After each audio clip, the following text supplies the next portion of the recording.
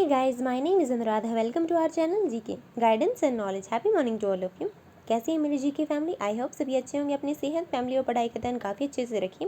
तो चलिए शुरुआत करते हैं। आज कोई कोटेशन नहीं है तो सीधा हम आज कोई स्पेशल डे नहीं है तो हम सीधा कोटेशन से शुरुआत करेंगे।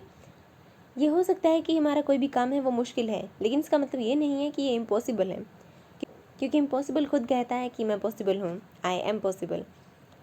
अपने काम को पूरे डेडिकेशन के साथ में कीजिए। मैं हमेशा यही कहती हूँ कि अपने काम को डेडिकेशन के साथ में कीजिए, क्योंकि अगर उसके साथ में अगर आपने काम करना शुरू कर दिया तो अपना काम अपने आप बनता चला जाएगा, चाहे वो कितना भी मुश्किल क्यों ना हो। चलिए अब आगे बढ़ते हैं। ये लास्ट डे का क्वेश्चन है। कंसिडर करना इन सभी स्टेटमेंट को किसके बारे में? पशु सखीज के बारे में बताना है। दीनदयाल अंत्योदय योजना, national rural livelihood mission, in short DNRLM, ये एक स्कीम है जो कि सपोर्ट करती है लाइवलीहुड सेक्टर को बैकवर्ड और फॉरवर्ड लिंकेजेस के थ्रू। फिर दीनदयाल अंत्योदय योजना, नेशनल रूरल लाइवलीहुड मिशन, इसके अंदर 40,000 से भी ज़्यादा पशु सखीज हैं। इनमें से कौन सी स्टेटमेंट है वो करेक्ट है? फर्स्ट ओनली, सेकंड ओनली, दोनों या फिर दोनों में से कोई नहीं। तो हमारा आंसर क्या होगा? हमारा आंसर होगा सी, बिकॉज दोनों की दोनों स्टेटमेंट है वो करेक्ट है। चलिए अब आगे बढ़ते हैं, इसके बारे में जान लेते हैं। Department of animal husbandry, daring, in short DAHD, and department of rural development, इन्होंने एक MOU साइन किया है ताकि लेवरेज किया जा सके, जो सेल्फ हेल्प ग्रुप्स हैं उनको प्लेटफॉर्म प्रोवाइड किया जा सके रूरल इकोनॉमी की ग्रोथ करवाने के लिए। इस MOU के अकॉर्डिंग डिसाइड किया गया है कि जो सर्विसेज हैं जो मेंबर्स को प्रोवाइड करवाने वाले हैं वो कौन होगी? जो लाइवलीहुड स्टॉक्स रिसोर्सेज हैं उनको, लाइवलीहुड रिसोर्सेज पर्सन को, और प्राइमरी सर्विस प्रोवाइडर हैं उन्हें सेल्फ हेल्प ग्रुप के द्वारा ये हेल्प जो है वो प्रोवाइड की जाएगी। इसे नाम दिया गया है A-HELP। इसकी फुल फॉर्म क्या है? Accreditation agent for the health and extension of livelihood production.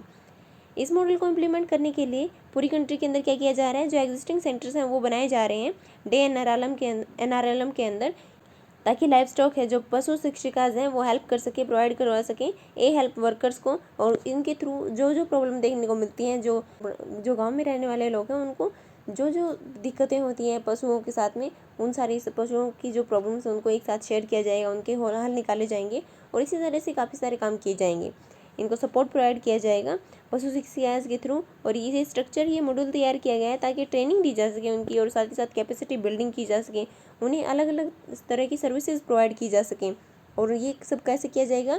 ये जो पशु पाठशालाएँ हैं उनके थ्रू किया जाएगा। महिला किसान हैं उनको दी जाएंगी इस फैसिलिटीज़। पशु शिक्षिकाज हैं वो हर घर जाकर फार्मर्स को इनके बारे में बताएंगे। फिर आज का पहला क्वेश्चन है, इब्रोनट्स, ग्लेरेनोसिस और ग्लेटरटेनस, ये समटाइम न्यूज़ में देखने को मिलता है। ये कौन किसी स्पीसीज से बिलोंग करता है? Dinosaur, snake, spider, frog. वैसे पिक्चर में देख के आपको पता ही चल गया डायनासोर से बिलोंग करते हैं। चलिए देखते हैं इसके बारे में। एक मेजर डिस्कवरी हुई है, इसके फुटप्रिंट्स हैं वो पाए गए हैं डायनासोर के, जो कि कहाँ पे पाए गए हैं? थार डेजर्ट, राजस्थान, जैसलमेर डिस्ट्रिक्ट के अंदर पाए गए हैं, जो कि इनकी प्रेजेंस को, जो जाइंट रेप्टाइल्स हैं इनकी प्रेजेंस को दिखाते हैं वेस्टर्न पार्ट में इस स्टेट के, जो कि क्या बनाते हैं? सी सोर्स बनाते हैं, जो टेथिस सागर है उसके बारे में, जो एक एरा है उसके अंदर पाए गए हैं। ये फुटप्रिंट्स हैं, ये सी सोर के सिल्ट पर इनके फुटप्रिंट्स हैं, जो कि बाद में क्या बन जाते हैं? पत्थर बन जाते हैं। और ये 3 स्पीसीज हैं जो डायनासोर के, उनके बारे में बताया गया है, उनके नाम लिख देते हैं। इबोरोनट्स, CF गिगेंटस, इबोरोनट्स, ग्लेनोसोरसिस और ग्लेटरटेनस, ये 3 तरह के हैं। इनमें से कोई भी नाम आपको दिया जाए तो आप समझ जाइएगा। जबकि जो गीगानट्स हैं और ग्लेटरनस स्पीसीज़ हैं वो 35 सेंटीमीटर जो फुटप्रिंट है उनका, ये इतना साइज़ पाया जाता है पैरों का, और जो तीसरी स्पीसीज़ है उसके 5.5 सेंटीमीटर के साइज़ है पैर का। फिर आगे देखते हैं, श्री अशोक कुमार टंडन कमेटी, ये रिसेंटली न्यूज़ में देखने को मिली है, तो ये किससे रिलेटेड है? इसके अंदर डिसाइड किया गया है कि अप्रोप्रिएट लेवल कितना होगा, कि कितना रिजर्व रखा जाएगा RBI के अंदर, या फिर ये रिव्यू करेगा जो एग्जिस्टिंग गाइडलाइंस हैं जर्नलिस्ट के बारे में, जो जर्नलिस्ट वेलफेयर स्कीम के बारे में ministry of information and broadcasting की, या फिर ये रिव्यू करेगा जो पॉवर्टी को नापने का जो मेथड है उसको, या फिर इनमें से कोई नहीं। तो हमारा आंसर क्या होगा? हमारा आंसर होगा B। ये मिस्टर अशोक कुमार टंडन है, इनकी पिक्चर देख सकते हैं आप। अब आगे बढ़ते हैं। Ministry of information and broadcasting, ये कॉन्स्टिट्यूट कर रही है एक मेंबर कमेटी जिसके हेड होंगे श्री अशोक कुमार टंडन। ये एक रिनोन्ड जर्नलिस्ट हैं और मेंबर भी हैं प्रसार भारती के, जो एग्जिस्टिंग गाइडलाइंस हैं जर्नलिस्ट वेलफेयर स्कीम की ministry of information and broadcasting के द्वारा। इसके अंदर जो अप्रोप्रिएट रिकमेंडेशंस है कि इसके अंदर क्या क्या चेंज किया जाना चाहिए या फिर क्या और नया लेकर आना चाहिए, वो सब उन सब के बारे में ये रिकमेंडेशंस देंगे। ये डिसीजन है वो कंसिडर किया जाएगा एक सिग्निफिकेंट, ताकि जो सेवरल चेंजेस हैं वो लाए जा सकें मीडिया इकोस्पेस के अंदर, जिसके अंदर कौन को क्या क्या इंक्लूड है, जो लार्ज नंबर है जर्नलिस्ट का कोविड-19 की वजह से जिन्होंने खो दिया है सब कुछ, और साथ ही साथ ब्रॉड बेस लिया जाएगा। इसके अंदर जो वर्किंग जो जर्नलिस्ट है उनकी डेफिनेशन भी ली जाएगी। Central enactment and occupational safety health and जो वर्किंग कंडीशंस कोड 2020 है उसके अंदर इसकी डेफिनेशन दी जा रही है। जो डेफिनेशन पहले दी गई थी उसको और भी ज़्यादा ब्रॉड बनाया जा रहा है, और भी ज़्यादा एक्सपेंड किया जा रहा है। इसके अंदर ट्रेडिशनल और डिजिटल मीडिया दोनों को ही एक साथ इंक्लूड किया जाएगा। फिर आगे बढ़ते हैं। अगला क्वेश्चन है, कंसिडर करना है इन सभी स्टेटमेंट को किसकी रेफरेंस में ग्लू जायंट स्कीम के बारे में बताना है।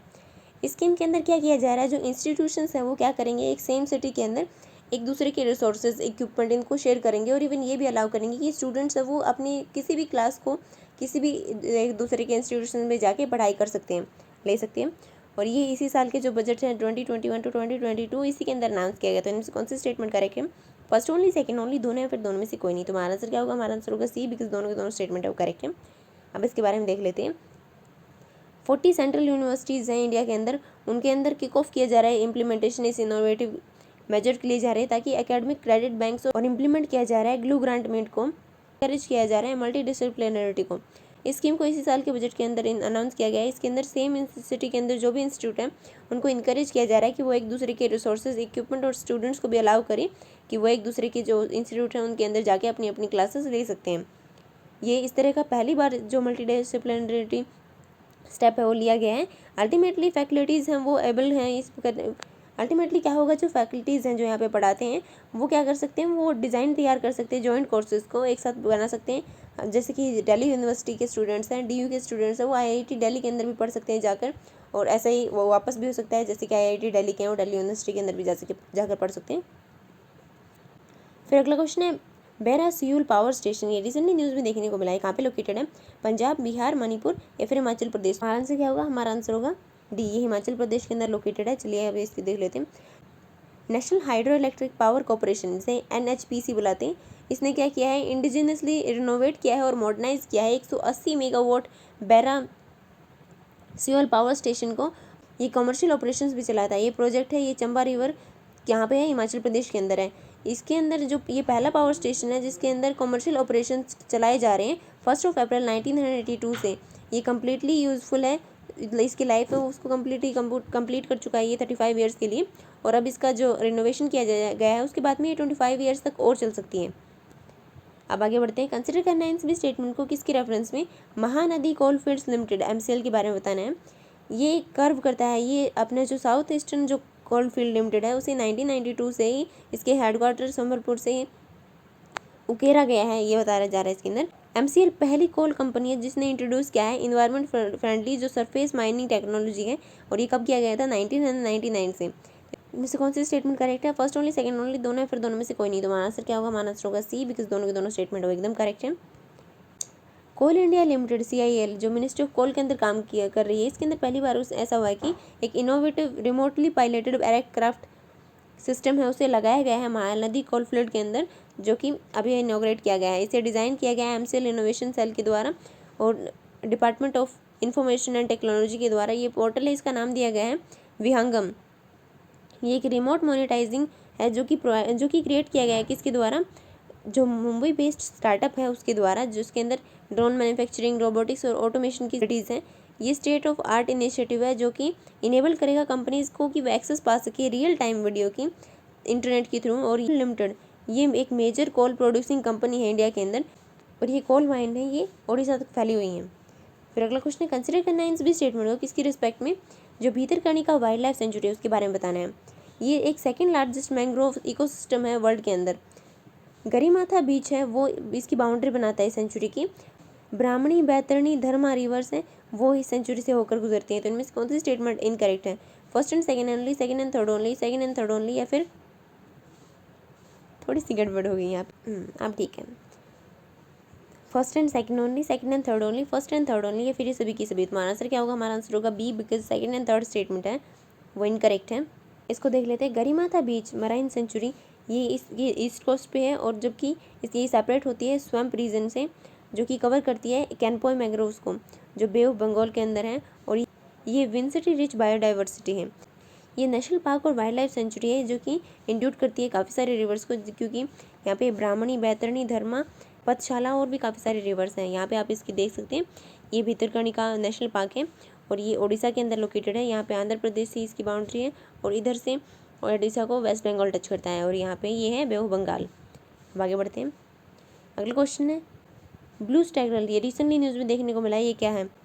ये स्टार्स का एक ओपन और ग्लोबुलर क्लस्टर है। ये न्यू क्रिप्टो करेंसी है या फिर ये न्यू सैटेलाइट नासा के द्वारा लॉन्च किया गया है या फिर इनमें से कोई नहीं। तुम्हारा आंसर क्या होगा? हमारा आंसर होगा ए, बिकॉज ये फर्स्ट स्टेटमेंट है वो करेक्ट है इसकी। अभी देखते हैं इसको।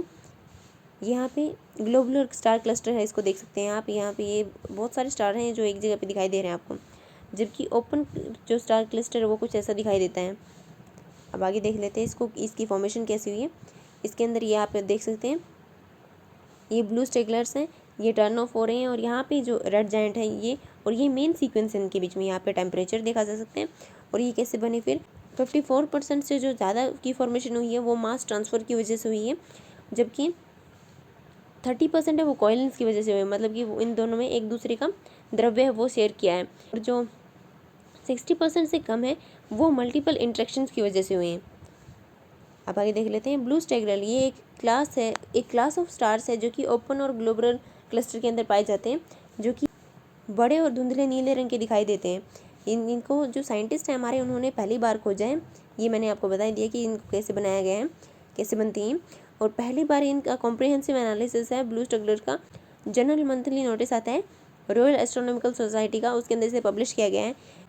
रिसर्चर्स हैं उन्होंने कंपेयर किया है एक मास ब्लू स्टेगलर को, और इसी की वजह से ये टर्न ऑफ कैसे हुए स्टार्स, इनको बताया गया है कि ये मैसिव नॉर्मल स्टार्स हैं और क्लस्टर है इनका, वो प्रेडिक्ट किया गया है। इसकी जो ये कैसी इनकी उत्पत्ति हुई ये इसके अंदर पता लगाया गया है। फिर अगला क्वेश्चन है कंसिडर करना है इन सभी स्टेटमेंटों की रिस्पेक्ट में जो मेडिसिनल प्लांट्स हैं उनके बारे में बताना है। नेशनल मेडिकल प्लांट्स बोर्ड, जिसे एन शॉर्ट NMP, जो कि मिनिस्ट्री ऑफ आयुष के अंदर काम करती है, इन्होंने लॉन्च किया है एक नेशनल कैंपेन ताकि प्रमोट किया जा सके मेडिसिनल प्लांट की और भी ज़्यादा कल्टिवेशन किया जा सके। और इसे किया जा रहा है आज़ादी के अमृत महोत्सव को ध्यान में रखते हुए, इसका पार्ट माना गया है। इसके अंदर 75,000 हेक्टेयर से भी ज़्यादा लैंड के एरिया के अंदर प्लांट का जो मेडिसिनल प्लांट है उनका प्लांटेशन किया जाएगा अगले 1 साल के अंदर पूरी कंट्री के अंदर। तो इनमें से कौन सी स्टेटमेंट करेक्ट है? फर्स्ट ओनली, सेकंड ओनली, दोनों, फिर दोनों में से कोई नहीं। तो आंसर क्या होगा? हमारा आंसर होगा सी, बिकॉज दोनों के दोनों स्टेटमेंट है वो करेक्ट है। अब आगे देख लेते हैं इसके बारे में। National medicinal plant board NMPB, ये मिनिस्ट्री ऑफ आयुष के अंदर काम करती है, जिसके द्वारा एक कैंपेन को लॉन्च किया गया है ताकि प्रमोट किया जा सके जो मेडिसिनल प्लांट है उनकी जो कल्टिवेशन है उसको बढ़ाया जा सके। और ये पार्ट है आज़ादी के अमृत महोत्सव का, जैसे कि हमने पहले स्टेटमेंट में देखा। और इसके अंदर 75,000 हेक्टेयर के अंदर मेडिसिनल प्लांट्स हैं उनको लगाया जाएगा। और ये प्रोग्राम है ये 2 जगह से स्टार्ट किया गया है, सहारनपुर UP से और पुणे महाराष्ट्र से। इस प्रोग्राम की ये सेकंड सीरीज़ है। आज़ादी के अमृत महोत्सव के ध्यान में रखते हुए इसे मिनिस्ट्री ऑफ आयुष के द्वारा ऑर्गेनाइज किया गया है। इसके अंदर बताया गया है कि 1.5 ईयर से इसकी जो मार्केट है मेडिसिनल प्लांट्स की, वो ना सिर्फ इंडिया में बल्कि इंडिया से बाहर पूरे वर्ल्ड के अंदर इसकी बढ़ी जा रही है। और यही रीज़न है इसका कि हमारा जो अश्वगंधा का पौधा है सेलिंग प्रोडक्ट रहा है अमेरिका के अंदर। फिर अगला क्वेश्चन है कंसिडर करना इन सभी स्टेटमेंट को किसकी रेफरेंस में रेड क्राउन रोफुट टर्टल के बारे में बता रहे हैं। ये एक स्पीसीज़ है कि जो कि चंबल रिवर के अंदर पाई जाती है और आइसोलेटेड पॉपुलेशन गंगा और ब्रह्मपुत्र रिवर बेसिन के अंदर भी पाई जाती है। सेशन की लिस्ट के अंदर इसे वल्नरेबल स्पीसीज़ के अंदर रखा गया है। तो इनमें से कौन सी स्टेटमेंट है वो करेक्ट है? फर्स्ट ओनली, सेकंड ओनली, दोनों, फिर दोनों में से कोई नहीं। तुम्हारा आंसर क्या होगा? हमारा आंसर होगा ए, क्योंकि फर्स्ट स्टेटमेंट है वो करेक्ट है, सेकंड स्टेटमेंट है वो इनकरेक्ट है क्योंकि ये वल्नरेबल नहीं बल्कि इंडेंजर्ड स्पीसीज के अंदर है। इसको देख लेते हैं। ये फ्रेश वाटर टर्टल हैं जो कि एंडेमिक है और साउथ एशिया के अंदर पाए जाते हैं। इसका जो लास्ट स्ट्रॉन्ग होल्ड है वो पाया गया है चंबल रिवर के अंदर जो कि सेंट्रल इंडिया के अंदर है। हालांकि इसका कुछ आइसोलेटेड पॉपुलेशन है वो गंगा और ब्रह्मपुत्र रिवर बेसिन में भी पाई जा सकती है। ये IUCN है इसका इंडेंजर्ड कैटेगरी के अंदर आती है। और ये टर्टल है और ये टोर्टोइज है, ये दोनों अलग अलग होते हैं। इनके अंदर डिफरेंस क्या होता है? काफ़ी बार ये आप कंफ्यूज कर जाते हैं। इसके अंदर देख लेते हैं।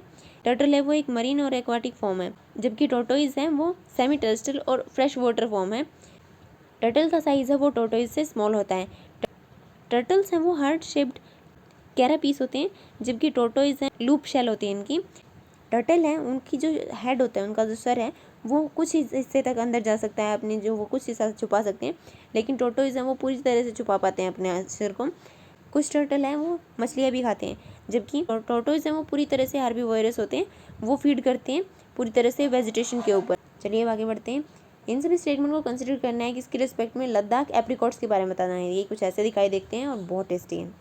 लद्दाख एप्रिकॉट्स हैं, उनका एक यूनिक शूटिंग टेस्ट होता है, मतलब कि खाने के बाद एकदम आनंद सा आ जाता है, ऐसा टेक्सचर इनका। और इनके अंदर शुगर कंटेंट वो बहुत ही हाई होता है। ये सॉलिड होते हैं लेकिन फिर भी मुंह में घुल जाते हैं। लद्दाख यूनियन टेरिटरी के अंदर इसकी सिर्फ एक वैरायटी है, वो उगाई जाती है। तो इनमें से कौन सी स्टेटमेंट करेक्ट है? फर्स्ट ओनली, सेकंड ओनली, दोनों, फिर दोनों में से कोई नहीं। तुम्हारा आंसर क्या होगा? हमारा आंसर होगा ए, क्योंकि फर्स्ट स्टेटमेंट करेक्ट है, सेकंड स्टेटमेंट इनकरेक्ट है, क्योंकि लद्दाख यूनियन टेरिटरी के अंदर इसकी एक नहीं बल्कि 4 से लेकर 5 वेराइटीज़ हैं वो उगाई जाती हैं। अब इसके देख लेते हैं। पहली बार ऐसा हुआ है कि इसकी कॉमर्शियल शिपमेंट की गई है, इसे लद्दाख यूनियन टेरिटरी से दुबई भेजा गया है। लद्दाख एप्रिकॉट्स हैं, उनका मैंने बताया आपको अलग ही टेक्सचर होता है, कभी खाओगे तो पता चलेगा कितना मस्त है। ओके, अब देखते हैं लद्दाख यूनियन टेरिटरीज के अंदर इसके 4 से 5 वेरिएंट्स है वो उगाए जाते हैं। इनका कमर्शियल कल्टीवेशन किया जाता है और इन्हें एक्सपोर्ट किया जाता है, और एक्सपोर्ट अपॉर्चुनिटीज़ हैं वो काफ़ी सारी वेराइटीज़ की अभी भी मौजूद हैं। फिर ये क्वेश्चन, इसका आंसर आपको देना है वनियार। ये बहुत ही बड़ी और जो कंसोलिडेटेड बैकवर्ड कम्युनिटी है, ये कौन सी स्टेट से बिलोंग करती है आपको बताना है? गुजरात, तमिलनाडु, महाराष्ट्र या फिर मध्य प्रदेश। तो इसका आंसर आपको देना है कमेंट सेक्शन के अंदर। So this is it for today. Thank you for listening. Don't forget to like, share and subscribe. Also provide your suggestions to improve. जय हिंद, जय भारत।